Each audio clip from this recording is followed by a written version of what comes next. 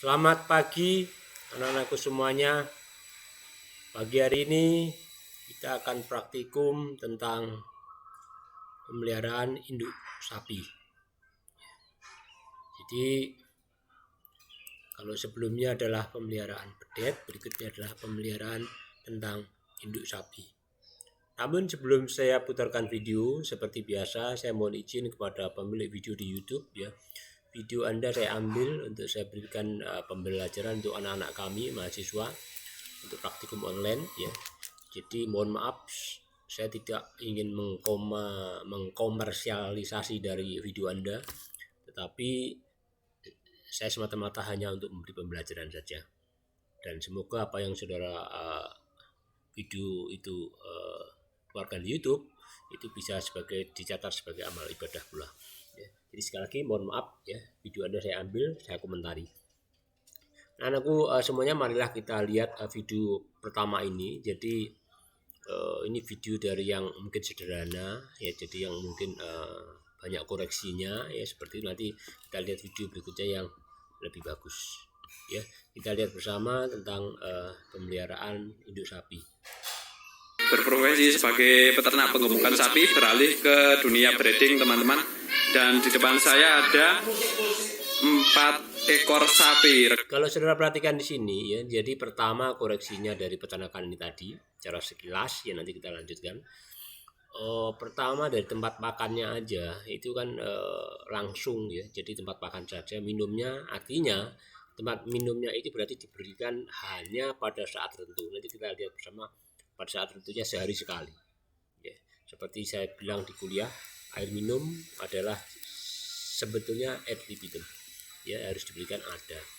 Makanya tidak heran nanti kalau saudara lihat secara sekilas sapi ini walaupun bunting kelihatan kurus-kurus ya, tulangnya banyak kelihatan. Kemudian koreksi berikutnya juga dari kebersihan sapi ini sangat kurang ya, sangat kotor sekali. Walaupun nanti di sini dibersihkan kalau misalnya nanti 2 hari sekali ya di peternakan ini.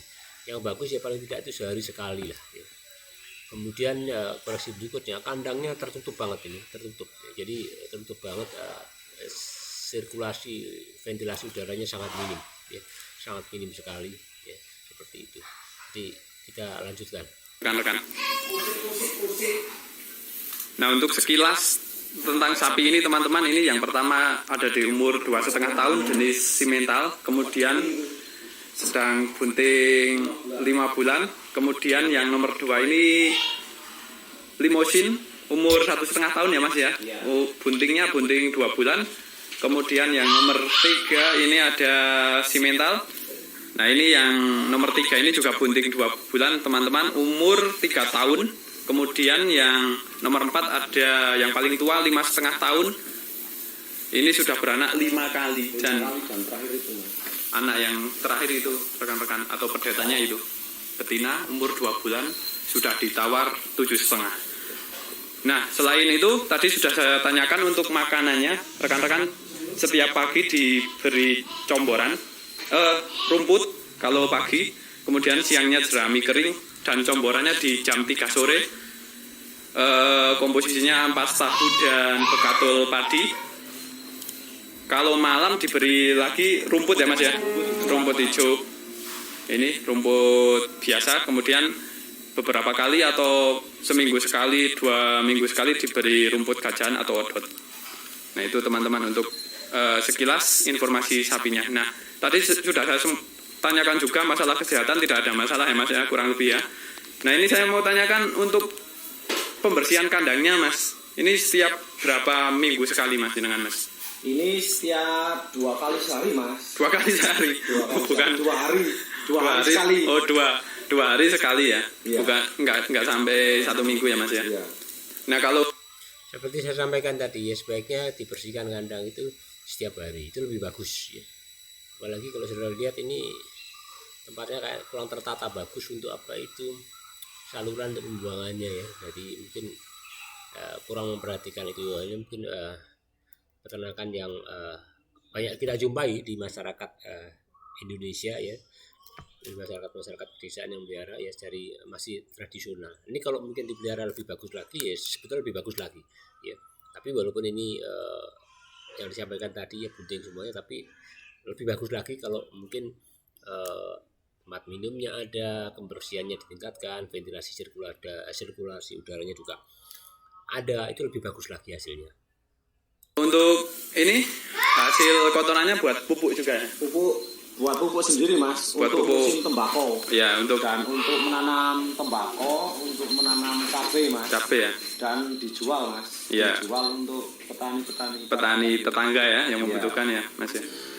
Selain bread. Jadi itu ya, jadi ini pemeliharaan yang sangat sederhana yang banyak kita jumpai secara umum masyarakat pedesaan di Indonesia pemeliharaannya modelnya hampir mirip seperti ini.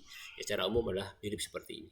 Mungkin di Malaysia, teman-teman yang di Malaysia saya tidak tahu ya, mungkin kalau dijumpai seperti ini ya ada kemungkinan juga ya. Ini terutama di peternak-peternak yang skala kecil ya, di pedesaan seperti ini. Umumnya kita jumpai model seperti ini. Ya, masih kurang memperhatikan ya dari yang saya sampaikan tadi. Baik, kita berikutnya akan kita lihat video yang lebih bagus ya. Kita bisa belajar dari situ, walaupun demikian mungkin juga ada juga kekurangannya, mungkin bisa jadi seperti itu ya. Terus alhamdulillah calving intervalnya bagus Pak. Jadi jarak antara beranak satu dengan beranak yang lainnya itu ya antara 14 bulan, 12 sampai 14 bulan. Karena memang Jadi kalau disampaikan di peternakan masnya ini kebetulan adalah sarjana peternakan ya, seorang sarjana peternakan. Ini bagus ya, jadi calving intervalnya seperti sudah dapatkan di perkuliahan. Jadi jarak antar beranaknya kalau disampaikan tadi 12 sampai 14 bulan. Jadi hampir setiap tahunnya dia bisa beranak. Berarti peternakan seperti ini bagus, artinya kan anggap aja setahun ya, walaupun lebih ada yang lebih sedikit 2 bulan, itu bisa punya anak sekali ya. Karena kan kita tahu bahwasanya buntingnya sapi kan 9 bulan lebih sedikit, sehingga dengan masa penyapihan, kemudian dengan untuk kawin berikutnya, jadi ini bagus hasilnya, berarti termasuk kategori calving intervalnya adalah bagus ya, tidak begitu lama mundurnya. model pemeliharaan di kami ini intensif, jadi sapi diikat satu-satu dengan tali. Jadi kontrol untuk mengetahui betina ini bunting birahi atau tidak hanya menggunakan kemampuan pekerja yang ada di sini. Jadi kalau disampaikan Mas ya ini tadi ya, yang ini karena dia keterbatasan lahan, kemudian dengan model kandang yang individu seperti ini, diikat seperti ini, otomatis kalau ngecek birahi otomatis ya harus sangat tergantung dari anak kandang ataupun pemiliknya kalau kita melakukan kontrol. Jadi kalau seperti ini kita berjalan dari lorong tengah mengamati kiri dan kanan bagian belakang sapi. Ya seperti itu, apakah ada tanda-tanda birahi atau tidak. Sedangkan kalau mungkin di model kandang koloni ya, koloni dilepas kemudian ada jantannya, ataupun mungkin kandang di range padang pengembalaan misalnya seperti itu, sehingga otomatis kalau seperti itu mudah. Kenapa? Karena pejantan sudah bisa mengetahui mana yang birahi mana yang tidak. Ataupun mungkin katakanlah di dalam koloni itu betina semua, kalau seperti itu ya, ada yang mengalami birahi, dia kadang ya juga menaiki betina yang lainnya seperti itu. Berarti dia tanda-tanda birahi selain tentunya adanya suatu lendir di belakang dan sebagainya. Ya, itu yang mungkin bisa terjadi. betina itu tidak bisa naik. Biasanya kan kalau di freestyle itu dilepas, mereka naik saling menaiki gitu. Jadi lebih mudah gitu. Tapi kalau di tempat saya ini karena keterbatasan lahan, jadi pemeliharaannya intensif. Jadi untuk waktu dia birahi itu dilakukan oleh pekerja yang ada di sini Pak. Kemudian proses buntingnya kami jadi ada beberapa kandang Pak. Kalau sudah perhatikan secara kilas ya, ventilasi sirkulasi udaranya bagus, sangat jauh berbeda dengan peternakan yang sebelumnya tadi. Ya, ini sangat terbuka seperti ini sehingga sirkulasi udaranya dari sisi kesehatan ya itu lebih bagus seperti ini. Ya, kemudian pemberian air minumnya ya, walaupun tadi ini kayaknya juga tadi nggak kelihatan terpisah antara pakan dan minumnya, tapi kalau saya lihat tadi ini kebetulan air minumnya bisa lebih banyak daripada yang model yang sebelumnya tadi. Gitu. Jadi kandang pertama di sana itu memang khusus untuk pekerja ini memperhatikan waktu-waktu birahinya. Ketika sudah di IB, kemudian 2 bulan setelahnya kita lakukan proses PKB, Pak. Pengetesan ya. Ketika di PKB PKB itu pemeriksaan kebundingan anak-anakku semuanya ya. Jadi saudara nanti kalau sudah masuk di laboratorium reproduksi, saudara nanti juga pasti akan diajari untuk pemeriksaan kebundingan misalnya seperti itu. Jadi saudara eksplorasi rektal, pakai tangan saudara masuk seperti itu ke rektalnya sapi betina, kemudian saudara mengecek kebundingan berapa umurnya memperkirakan. Yaitu saudara nanti akan dapat pelajaran seperti itu. Waktu koas pun juga saudara pasti akan ujiannya ada seperti itu, menentukan kebundingan. PKB ya, pemeriksaan kebundingan. Setelah dikawin suntik atau kawin alam, bunting, kemudian saudara ngecek bunting berapa bulan, itu PKB, pemeriksaan kebundingan. itu positif hamil, itu dipindahkan ke kandang bunting di sini. Oh ya, kalau ini berarti yang di belakang ini adalah sapi-sapi yang bunting, Pak ya. Betul. Mulai ujung sana tuh, Pak ya, Dari sampai sebelah sana sampai dengan 5 ekor di Ah. sini ini bunting. kondisi bunting ya. Gitu ya. Variasi buntingnya ada yang 8 bulan, 7 Iya. bulan ada. Oh begitu ya. Kemudian kandang di sebelah sana nanti kita lihat itu yang darah atau indukan yang telah melahirkan, Pak. Oh Jadi begitu. proses kontrol di situ untuk melihat dia birahi atau tidaknya itu di sana. Oh begitu ya. Setelah bunting pindah ke kandang sini. Hmm. Ada juga setelah dia udah menuju 9 bulan, Ya. Pak, itu dipindahkan ke kandang bersalin. Oh Jadi begitu. memang kami ada satu kandang memang khusus untuk diperhatikan sapinya apakah sudah mau melahirkan atau belum. Itu Iya, biasanya iya. kita mengandalkan recording yang ada. Oh iya. Kemudian kita juga perhatikan dengan baik waktu-waktunya kapan. Kadang kan lahir itu ada yang malam, Pak, gitu. Betul betul. Ada yang jam 12, jam Oh, 1. Jadi masa gitu ya. perlu perhatian khusus lah kalau yang Betul, sudah betul, mau ya. melahirkan. Nah ini faktor pertimbangan apa Mas Pras ini memilih jenis sapi-sapi persilangan simental ya? Ya. Tapi ada juga limusin ya kebanyakan. Ya, ada. Apa Pak? Apa Mas alasan mengambil indukan atau breeding jenis sapi persilangan limusin dan simental ini? Ya. Pertimbangannya Mas? Saya lebih senang sebenarnya lebih senang kepada simentalnya, Pak. Simental itu dia biasanya air susunya itu banyak, Pak. Karena memang dia itu termasuk sapi dwi guna juga kalau Iya. memang asli dari Eropa sana ya? Eropa sananya Aha. memang asli sapi dwi guna. Iya. Artinya Iya. produksi susunya banyak. Yang banyak gitu ya? Diharapkan ketika dia melahirkan anaknya puas, gitu, Pak. Kemudian kenapa saya pilih sapi simental juga? Ketika anaknya lahir, Pak, itu biasanya pertulangannya lebih besar, Pak. Iya betul, struktur tulangnya itu lebih besar daripada limusin ya. Betul. Umur 3-4 hari itu udah kelihatan gantengnya, Pak. Kira-kira Begitu ya. Oh iya iya. Jadi iya. kalau dunia peternakan ada sapi ganteng, nah itu, Pak. Ya, itulah ya inilah. Jadi saudara kalau misalnya punya sapi, misalnya ini contoh yang saudara beli dari pasar, kelihatan yang nampak gen dominannya misalnya limusin, ya. Maka saudara mungkin kawin suntiknya ataupun mungkin gunakan berjantan untuk mengawin alam, ya saudara mungkin kalau ingin ke arah sapi limusinnya lebih kuat, nanti saudara kawinkan dengan sapi atau semen begunya dari limusin. Dengan seperti itu kemudian anaknya kan lebih kuat limusinnya. Kemudian anaknya tadi saudara kawinkan lagi dengan pejantan limusin, ya, bangsa limusin. Demikian seterusnya nanti pada generasi berikutnya akan menjadi suatu limusin yang lebih kuat atau lebih murni. Demikian juga kalau contoh seperti ini, saudara adanya simental, berarti saudara bisa kawinkan dengan bangsa-bangsa sapi simental pejantannya. Sehingga otomatis setiap generasi berikutnya maka gen simentalnya akan semakin kuat sehingga pada beberapa generasi berikutnya dapat dikatakan hampir sudah pure murni simental.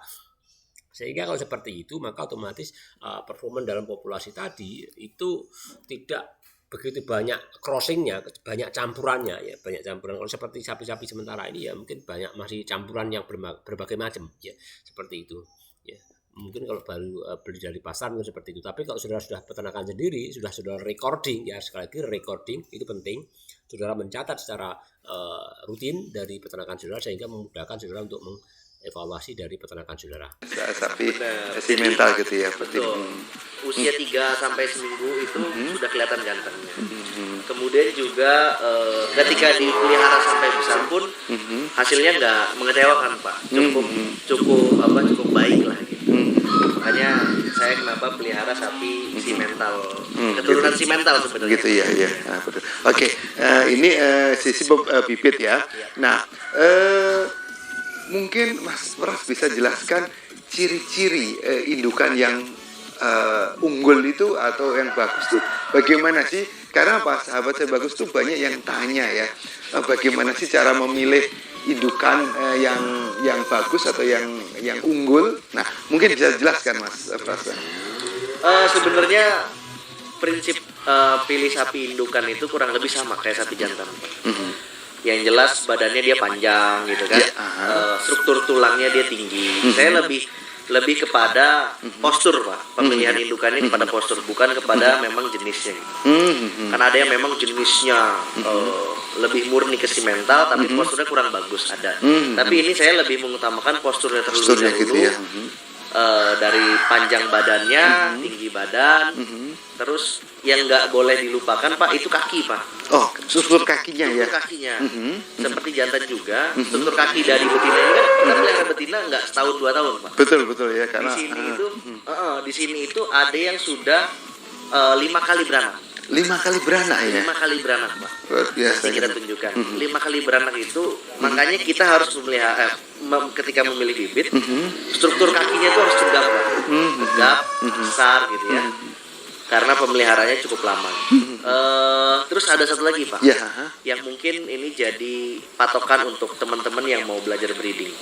Itu dilihat dari putingnya. Iya betul. Jadi walaupun sapinya masih darah, kita bisa melihat posisi puting yang nantinya simetris Pak. Sapi puting yang simetris ini memudahkan ketika dia pertama kali beranak, itu si anak sapi ini mudah untuk minum susu. Kadang kan kalau memang yang nggak simetris itu, dia bisa kesulitan anaknya. Betul. Harus dibantu. Nah, ini makanya kita memudahkan. Yang kedua ambingnya Pak. Selanjutnya ambingnya itu harus besar. Kalau yang sudah menjadi indukan, kita cari yang ambing itu besar. Kemungkinan susunya itu banyak gitu. Mungkin dari pemilihan itu seperti itu. Oke, baik.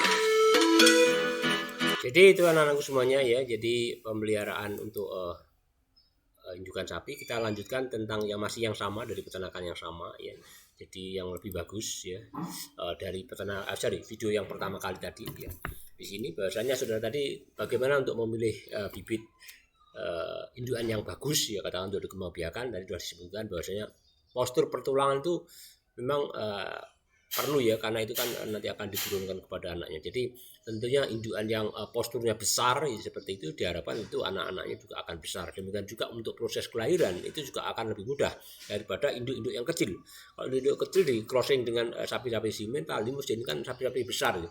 Sehingga risiko terjadi distokia itu juga besar ya, seperti itu. Sehingga otomatis selain faktor itu, kalau induknya kecil nanti kan genetiknya kan dari induk kan akan menurunkan yang kecil tadi ya, walaupun jantannya besar, sehingga otomatis hasilnya juga kurang besar. Makanya peternakan tadi sudah bagus, sudah menerapkan seperti itu.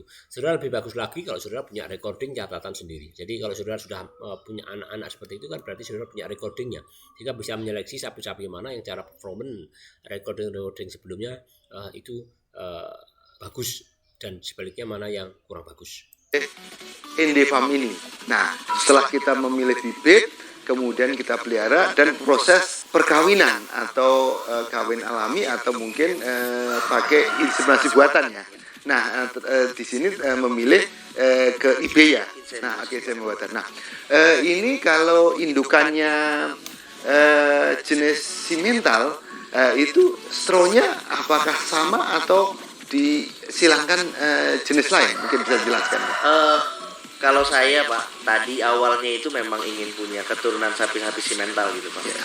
Saya ketika punya sapi, kan di pasar itu banyak Pak. Betul. Dengan postur yang bagus itu macam-macam. Jenisnya nggak sesuai dengan harapan kita tuh pun ada gitu.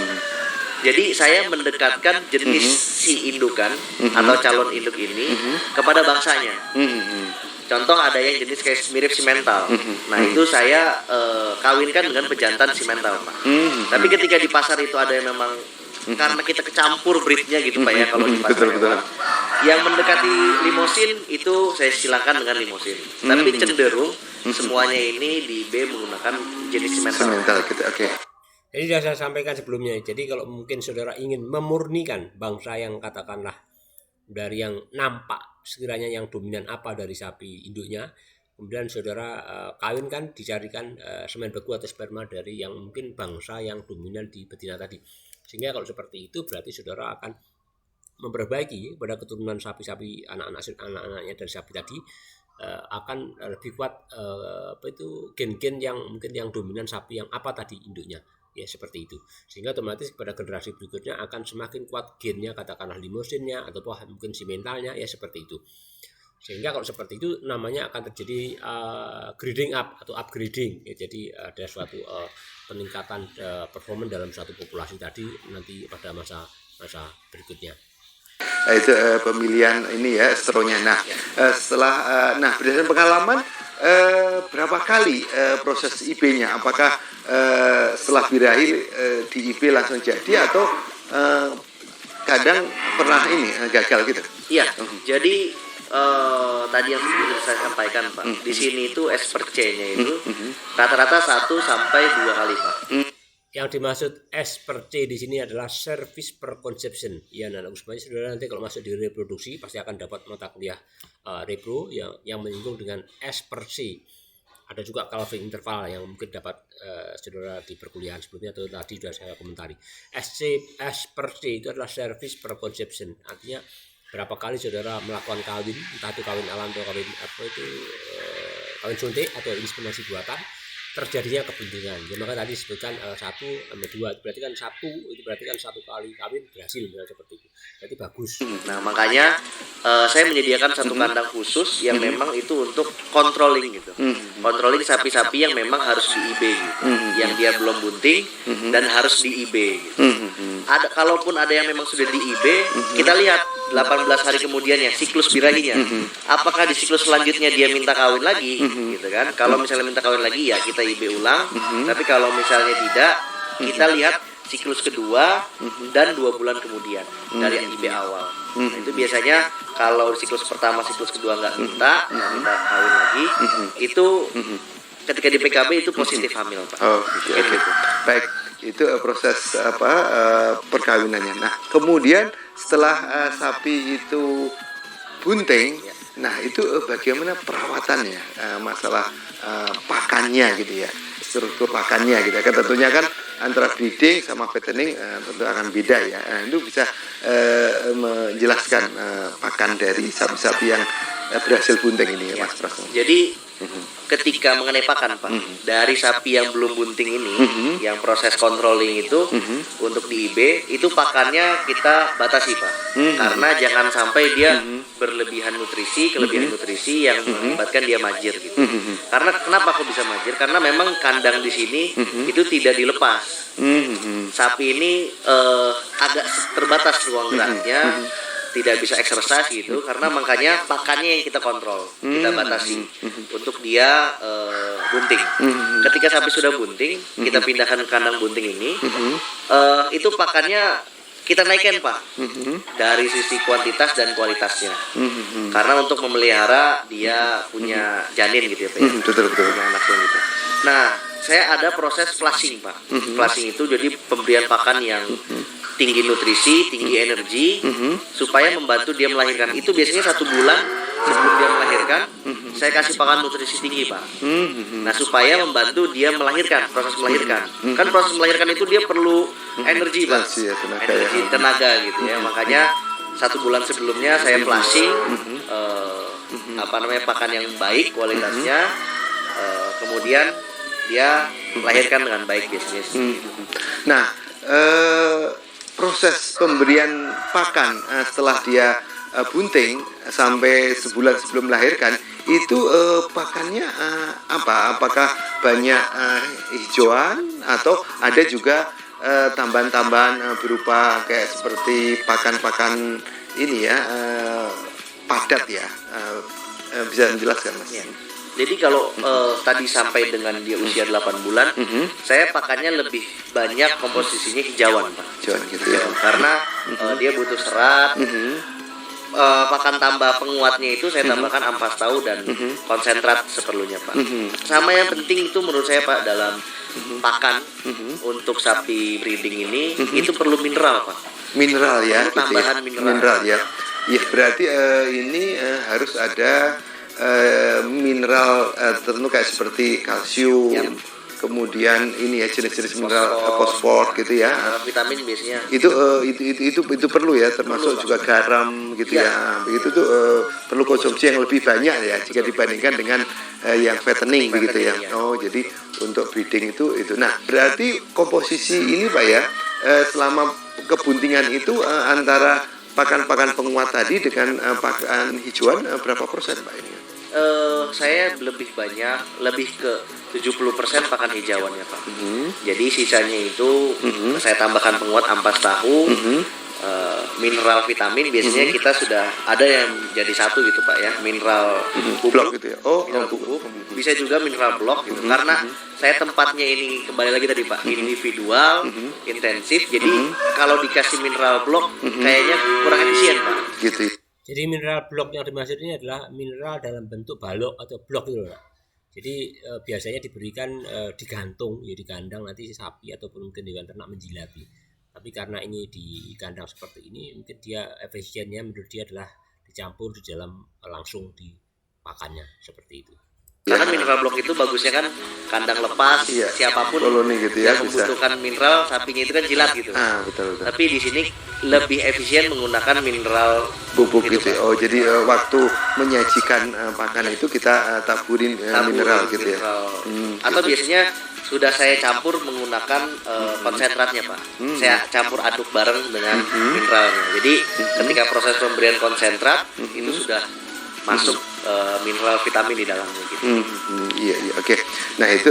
Nah setelah bunting tentunya 9 bulan saat ini ya melahirkan. Nah bagaimana proses monitoring Pak atau Mas Pras ya saat-saat mau melahirkan ini?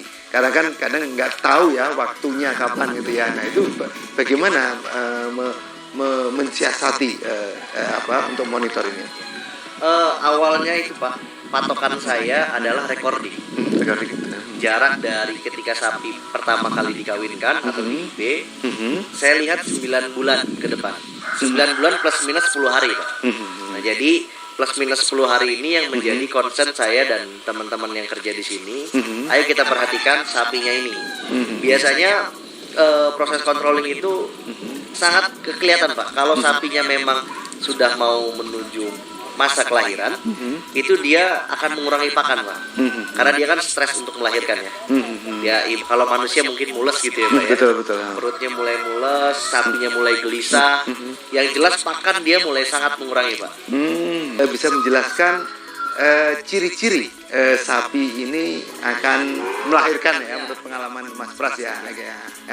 Proses nafsu makan berkurang, Pak. Nafsu makan berkurang gitu ya. Pertama, yang kedua dia jelas sangat kelihatan gelisah, Pak.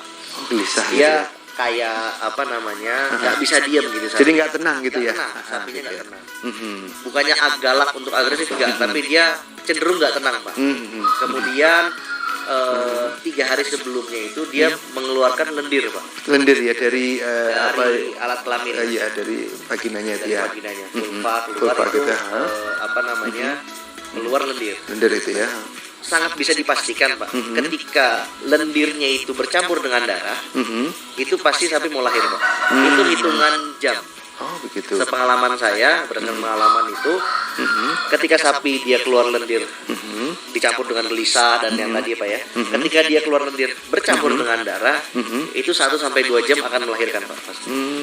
Makanya ketika dia sudah gelisah, saya harus informasikan ke anak-anak untuk standby, persiapan melahirkan. Ya disitulah biasanya mulai proses terjadi kelahiran gitu. Oh gitu, baik. Nah setelah terjadi proses kelahiran, nah tentunya itu kan ada namanya pedet yang baru lahir.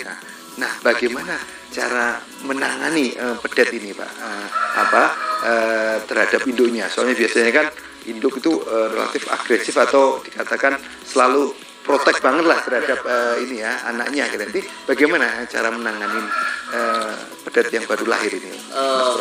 Ketika sapi ini melahirkan Pak, karena cenderung sapi yang di sini memang sapi yang dipelihara gitu, pelihara secara intensif. Jadi dia dengan manusia sudah tidak terlalu agresif. Jadi ketika proses lahir pun sangat jarang yang ada dia protektif terhadap anaknya. Gitu. Malahan karena kita ketika pelihara sapi itu ada heart to heart gitu Pak. Iya betul. Betul, Dari Pak, hati-hati ya, Jadi betul. si sapi juga tahu kita ini bukan untuk menjahatin anaknya gitu kan. Jadi kita bantu. Jadi ketika dia melahirkan Pak, ini perlu dibantu. Ada khawatir Pak. Dia tuh tertelan air Ketuban ya betul. Makanya ketika proses dia melahirkan, janinnya bayinya udah keluar, kita terbalikin Pak. Jadi kaki belakang diangkat, kepala di bawah, itu kita naik turun kan, supaya khawatir ada yang tertelan, itu bisa keluar. Jadi pedet yang baru lahir itu kemudian kita pegang kaki ke belakang, kemudian kita angkat ke atas supaya lendir-lendir atau cairan-cairan yang ada di dalam ini bisa keluar lewat mulut ini ya, pedetnya ini Pak ya. Nah di situ, tentunya kan di situ kadang juga masih banyak lendir-lendir di tubuhnya itu ya. Nah itu ya kan kita bantu membersihkan begitu atau dijilatin oleh induknya begitu atau? Saya biasanya ketika setelah saya naik turun gitu, dia keluar cairannya. Yang paling penting itu saya bersihkan bagian hidungnya Pak. Bagian hidung supaya si pedet ini bisa bernafas gitu kira-kira. Selebihnya lendir yang di bagian badan, kepala dan badan dan ekor itu saya biarkan induknya yang membersihkan gitu. Kalau yang dikomentari komentator sama pemiliknya ini, ya dia membalikkan tadi ya untuk mengeluarkan sisa cairan ketuban mungkin di mulut atau hidungnya ya seperti itu, kemudian baru dibersihkan hidungnya. Mungkin lebih baik lagi sebetulnya kalau habis langsung keluar itu anaknya itu baru langsung dibersihkan dulu sekitar lubang hidung mulutnya itu dibersihkan dulu lendirnya, baru setelah itu kalau kita curiga masuk ya dibalikkan tadi ya, kaki di atas, kaki belakang diangkat ke atas. Itu mungkin lebih tepat ya. Jadi pertama dibersihkan dulu ya supaya tidak langsung ikut terhirup ya, kemudian dibalik lagi. Itu lebih bagus seperti itu ya, daripada dibalik tapi masih ada kemungkinan kesedot waktu bernapas kan itu ya. Kenapa kematian pedet ataupun mungkin bayi itu bisa terjadi kalau penanganannya kurang tepat ya, makanya dikhawatirkan cairan ketuban dari kelahiran itu masuk ke dalam paru-paru, itu yang berbahaya, makanya terjadi radang paru-paru atau pneumonia ini, sehingga menimbulkan kematian pada bayi ataupun mungkin pada pedet. Bagi teman-teman yang dari Malaysia yang bunting tadi, namanya bunting itu hamil atau pregnant, sama dengan kurban lelaki ya, mungkin bahasanya kalau mungkin saudara tidak tahu bunting itulah kurban lelaki ya. Jadi hamil atau pregnant ya, seperti itu. Karena yang paling penting itu di bagian hidung supaya dia bisa bantu bernafas. Oh iya oke. Itu ya, itu proses. Tentunya itu kan dia harus mengkonsumsi air susu atau kolostrum lah ya, yang awal. Nah kadang ada juga sapi-sapi yang mengalami kesulitan mengeluarkan saat itu gitu ya. Tapi berdasarkan pengalaman gimana? Apakah saat lahir kan langsung dia Minum susu ya, atau disediakan itu?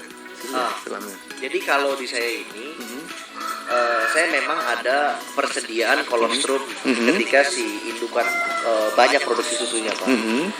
Tapi biasanya Pak, sejauh ini dia itu sudah mengeluarkan kolostrum sendiri Pak.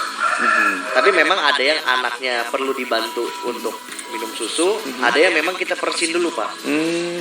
Karena misalnya induknya agak, biasanya setiap indukan ketika pertama kali dia beranak, dia biasanya agak-agak geli Pak kalau misalnya langsung diarahkan anak ini ke putingnya. Makanya kita perlu bantu diperah. Saya biasanya pakai botol kecil Pak. Itu diminumkan ke anaknya. setelah itu anaknya segar, kita bantu dia berdiri, kemudian lanjut ke induknya sendiri gitu Pak. Gitu ya. Oke. Nah, setelah masa-masa kritis awal ya, berarti sekitar beberapa hari begitu ya. Nah, berarti sudah mulai normal, minum susu secara rutin. Nah, itu prosesnya berapa lama? Pedet ini minum susu indukannya ini Pak? Jadi ketika sapi itu melahirkan tadi dia menyusui, itu ada penghubung dari pedet ke indukan Pak. Nah itu puser ya betul ya. Puser. Nah itu saya potong Pak, saya potong kira-kira 15 cm. Kemudian rutin pagi dan sore dikasih iodin Pak. Jadi untuk menjaga dari infeksi gitu ya. Betul. Kemudian tadi pertanyaan Bapak, sampai berapa lama si pedet ini menyusu dengan induk? Biasanya itu saya pedet menyusu dengan induk itu 3 bulan. 3 bulan ya. Baik sahabat. Jadi itu anakku ya. Jadi pemberian air susu seperti disampaikan tadi ini karena ini adalah sapi potong ya, sapi berdaging, maka diberikan kepada anaknya full sampai 3 bulan ya. Setelah itu sapi kemudian kawin. Sehingga bisa calving interval 1 tahunan sampai 14 bulan anggap aja seperti itu yang saya sampaikan tadi. Tapi kalau saudara memelihara sapinya adalah sapi perah ya seperti saudara di praktikum sebelumnya ya, berarti saudara tidak full 3 bulan air susunya diberikan ke anak. Karena untuk sapi perah saudara harus berhitung air susunya adalah untuk orientasinya untuk komersial ya, dijual. Maka saudara menggunakan CMR ya. Itu cattle milk replacer ya. Jadi saudara menggunakan susu pengganti pedet ya.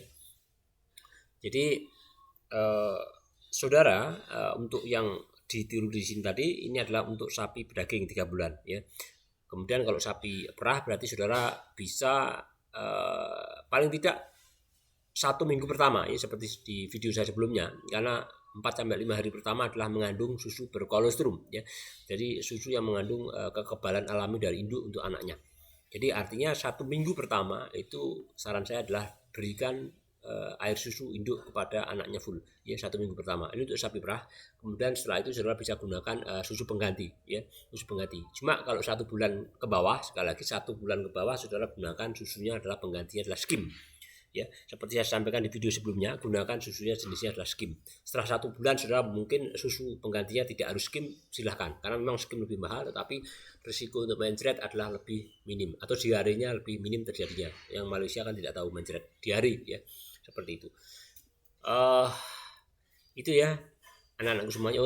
Tadi komentar terakhir tadi tali pusar ya, tali pusar itu umbilikus ya. Jadi yang saudara waktu lahir di perut ini kan abdomen ada suatu umbilikus ya, itu dipotong ya waktu setelah lahir tadi, disampaikan tadi 15 cm ya, mungkin 10 sampai 15 cm saudara potong, kemudian setiap hari saudara beri iodin atau antiseptik ataupun mungkin ditaburi antibiotik untuk mencegah infeksi ya, seperti itu sampai kering ya. Demikian ya anak-anakku semuanya untuk video pemeliharaan sapi indukan tadi. Tidak begitu banyak komentar, sudah banyak betul ya. Kemudian saudara bisa meniru yang menurut saudara mana yang mungkin baik ya, saudara ikuti, yang mungkin kurang tepat bisa dikoreksi. Jadi ini adalah pembelajaran untuk anak-anakku semuanya ya. Silakan ya untuk diikuti ya, apa yang mungkin sekiranya sudah tepat. Sekali lagi kepada pemilik video di YouTube saya ucapkan terima kasih atas video Anda. Saya ambil, saya gunakan untuk pembelajaran kepada anak-anakku semuanya. Demikian anak-anakku semuanya, kita ketemu pada video praktikum berikutnya. Selamat pagi.